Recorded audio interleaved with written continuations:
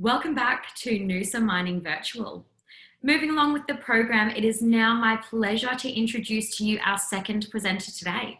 It's Mark Savich, Chief Executive Officer of Potash Development Company, Agrimin Limited. Over to you, Mark. Thanks, Amy. Thanks for that introduction. And appreciate everybody joining the call this morning to hear the story about Agrimin.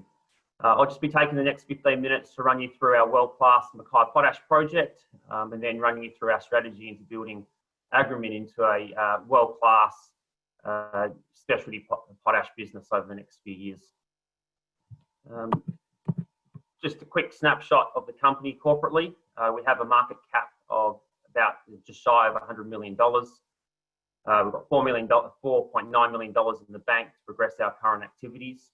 Our largest shareholder is Australian Super, which holds around 15% of the equity in the company. And importantly, our board has a track record of taking projects through feasibility, financing, construction, and into production. So Agrimin's aiming to become a large-scale producer of very high-value potash fertiliser, sulphate of potash, or SOP. This type of fertiliser is crucial for use on fruits and vegetables and high-value crops. We're looking to solve a big global issue of food security, particularly in the Asia-Pacific region. And through the use of SOP, we will see farmers improve their crop yields, especially for the agriculturally intensive crops like fruits and vegetables. Agrimin's vision is to supply or create a new supply of SOP that can be supplied to these growing markets around South and Southeast Asia. For those who don't know much about SOP, I've just got a couple of slides I'll quickly run through. Potash is one of three major macronutrient fertilisers alongside nitrogen and phosphate. There's two types of potash. There's muriate of potash, which is low value form that's used on crops like wheat and maize and rice. Then we have the high value form of potash, which is sulphate of potash. It's chloride free and it's used on the high value crops like fruits and vegetables.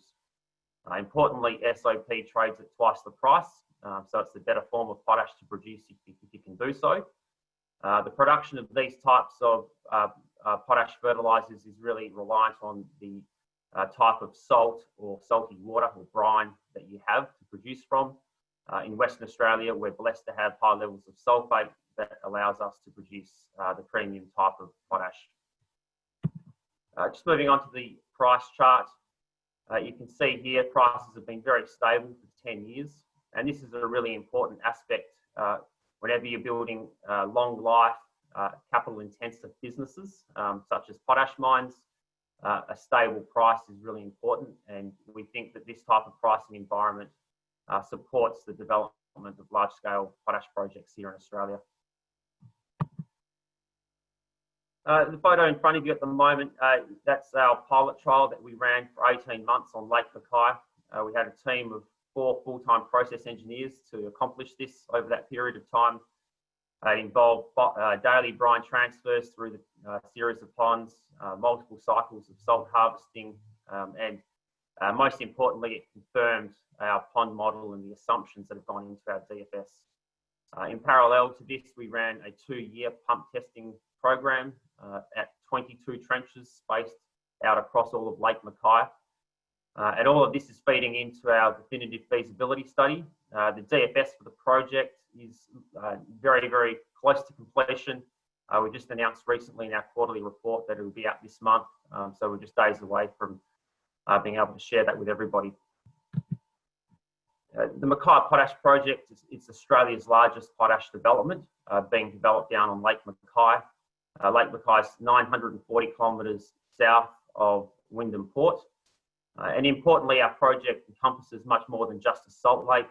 It includes what will be a dedicated long-term strategic mine-to-ship logistics chain that we're putting in place, and I'll run through that in more detail. The project also includes a processed water bore field that we've drilled out that has sufficient water quality to provide straight into the processing plant. Also, we're really well suited with solar radiation and wind resources to get a really high penetration of renewable energy, and that'll feature in the DFS when that comes out shortly. I'll be running through the economics of the project shortly, but really it all is supported by a world-class resource. Throughout the DFS, we've drilled the deposit down to a depth of 211 metres. Lake Mackay spans 100 kilometres from one end to the other. It's just an amazing scale project. The resource is very shallow. The brine starts only 40 centimetres beneath the surface of the lake. The DFS mine plan and ore reserve is just looking at the top 3 metres of the lake, looking at putting shallow trenches in to extract that groundwater that contains the potash salts. The rest of the depth of the salt lake provides immense upside for the project. These are the economics that we delivered in 2018. This PFS was completed by Wally Parsons. Since we reported these numbers, as I said, we've now spent 2 years completing the DFS. That's involved $24 million that's been spent since the PFS. So we really do believe that we've taken the time and invested the capital that this project deserves, and we really look forward to presenting those new numbers in the coming days. The industry cost curve, it's a really important aspect of the overall industry. There's 2 types of SOP production. There's the brine or primary production, and then the higher cost Mannheim production. Mannheim involves converting MOP. It's environmentally unfriendly and high cost, and this provides a strong price floor for the industry. And if you think back to the price chart that I showed you, you can see that prices have been quite stable, and that's because we've got this high marginal cost of production supporting the prices. Agrimin's developing the largest SOP project outside of Africa.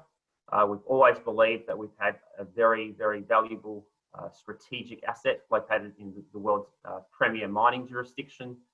I think this chart shows you, how significant our project is. And you can see the names above us there, Yarra and Eurochem in partnership with Danakali. But Yarra and Eurochem are 2 of the world's leading largest fertiliser companies, and we're not far behind them. So we believe after we deliver the DFS that the true value of the project will start to come out and people understand how valuable this really is. The other great thing about our project is that we're located on the doorstep of the key growth markets for SOP.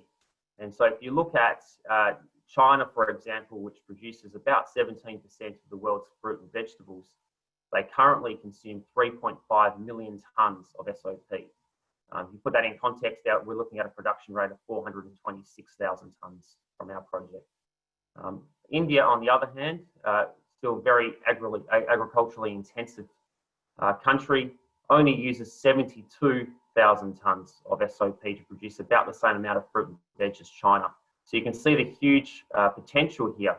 The key difference with these markets is that China has a domestic source of SOP, whereas all the countries through Southeast Asia and South Asia don't.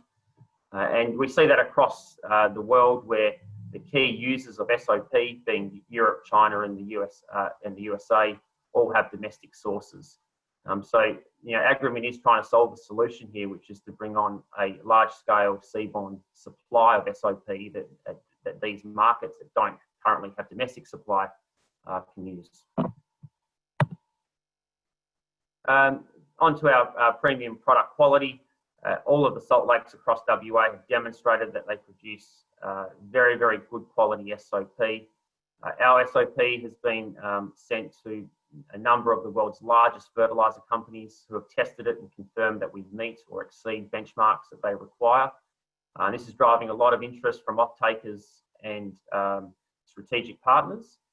And I can say that at the moment, all of our offtake remains 100% uncontracted. We look forward to finishing the DFS, reporting those results, and then securing the offtake in conjunction with project financing over the coming months after the DFS. One of the key decisions we made throughout the DFS was to really bring the haulage solution in-house. Like any bulk commodity, and potash is a bulk commodity, we believe it's important to have a controllable long-term logistics chain to support the project and to ensure its success over the long term. So on the haulage side, we teamed up with Craig Mitchell. We announced that last year. Craig was the former founder and CEO of Mitchell Corp, which was sold to Toll. And so he will bring in excellent capability and experience and to ensure that we deliver our haulage operation successfully. Onto the port, as I said, the project involves a lot more than just the Salt Lake. We chose the Wyndham Port as our preferred option for two reasons. It's the closest to the project site, but also we could secure freehold waterfront land, which we've got an option to purchase. Up here, we can put a strategic export infrastructure, including a barge loading facility and all of our storage facilities. And similar to what we did with the haulage of the project, we've teamed up with TSA up here. Ian Junk runs TSA. He's loaded multiple shipments of iron ore out of Wyndham, and again, proven operator that will hopefully deliver a very long-term successful outcome for the company. It's my last slide on our Mackay Potash project. As I said, the DFS is on track for completion shortly. Importantly, 70% of the capital costs in the DFS will be based on lump sum EPC proposals that have been received from experienced and reputable contractors and suppliers. It's been a very robust study, and I encourage you to keep your eyes peeled for when that comes out. I've got a couple of minutes. I'm going to quickly run through the Lake Auld Potash project. This is a project that we acquired effectively. Been trying to acquire for 7 years. We've put it together piece by piece and finished that this year. It's a hugely promising high-grade exploration asset. It's 640 kilometres out of Port Hedland, and we have a land access agreement in place at the moment with the Martu people. The great thing about this project, it'll be a lot smaller than Lake Mackay, but we can use all of that knowledge and data that we've gathered over at Lake Mackay. We have the team in place, and we really look forward to fast-tracking this project through its exploration and development phases. You can see here some amazing grades. These are some of the best grades that have been encountered on the Salt Lake in Western Australia, and we're hoping to get out there and do some exploration very soon. And so this is going to be quite exciting and hopefully provides a bit of news flow alongside advancing the Mackay Potash project. So I think I'm on time. This is my last slide. Hopefully you've got a glimpse of what Agrimin's up to. I think the investment case is really clear. We're going to be the lowest cost producer of SOP. We're developing the world's largest project outside of Africa. We're going to have globally significant production rate, producing very, very high value, premium product quality. The project will be supported by a strategic logistics chain to ensure that it's successful over its very long, multi-decade life. The project's situated on the doorstep of key growth markets in South and Southeast Asia, providing us a logistical advantage.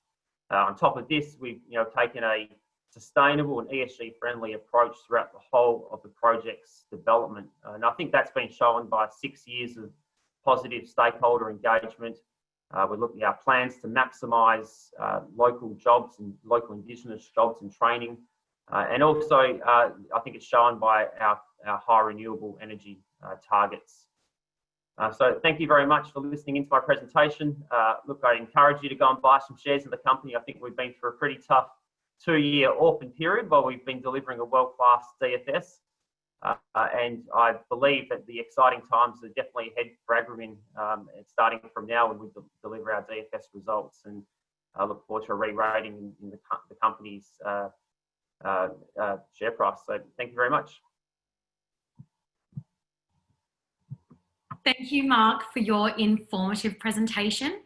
Again, we direct you to the contact links under the Agrimin company description shown on our website, noosaminingvirtual.com.au, should you have any questions you would like to ask Mark.